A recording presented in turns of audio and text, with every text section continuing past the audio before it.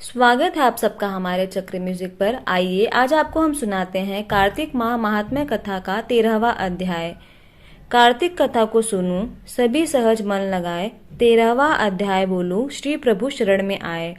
दोनों ओर से गदाओं, बाणों और सूलों आदि का भीषण प्रहार हुआ। दैत्यों के तीक्ष्ण प्रहारों से व्याकुल देवता इधर उधर भागने लगे।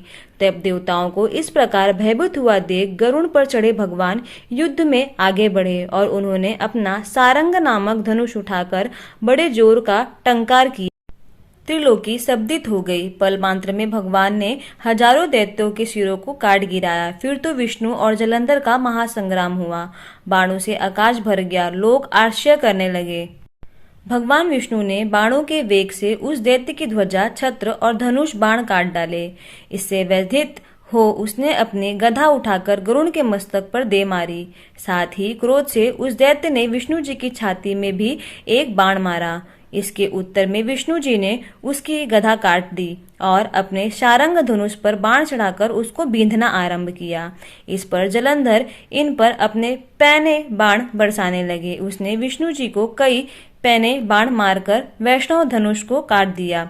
धनुष कट जाने पर भगवान ने गदा ग्रहण कर ली और शीघ्र ही जलंधर को खींचकर मारी, परंतु उस अग्निवत अमोघ गदा की मार से भी वह दैत्य कुछ भी चलायमान न हुआ।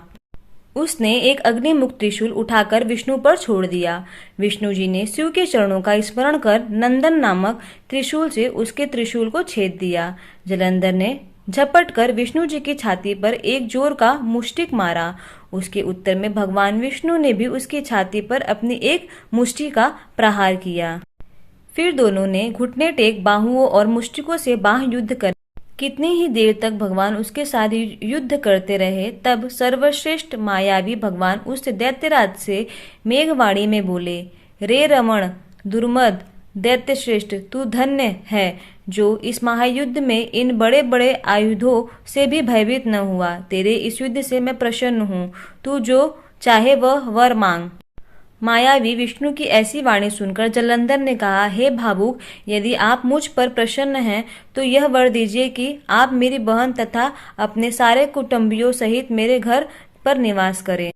नारद जी बोले, उसके ऐसे वचन सुनकर विष्णु जी को खेद तो हुआ, परंतु उसी क्षण देवेश ने तथास्तु कर दिया। अब विष्णु जी सब देवताओं के साथ जलंधरपुर में जाकर निवास करने लगे। जलंधर अपनी बहन लक्ष्मी और देवताओं सहित विष्णु को वहां पाकर बड़ा प्रसन्न हुआ। फिर तो देवताओं के पास जो भी रत्नादि थे सबको ले जलंधर पृथ्वी पर आ गया। निशुंभ को पाताल में स्थापित कर दिया और देव, दानव, यक्ष, गंधर्व, सिद्ध, सर्प, राक्षस, मनुष्य आदि को अपना वंशवर्ती बना त्रिभुवन पर शासन करने लगा। उसने धर्मानुसार सुपुत्रों के समान प्रजा का पालन किया। उसके धर्म राज्य में सब सुखी रहने लगे। तो यहाँ पर समाप्त हुई कार्तिक माह महात्म्य कथा का 13वां अध्याय। जय श्री कृष्ण।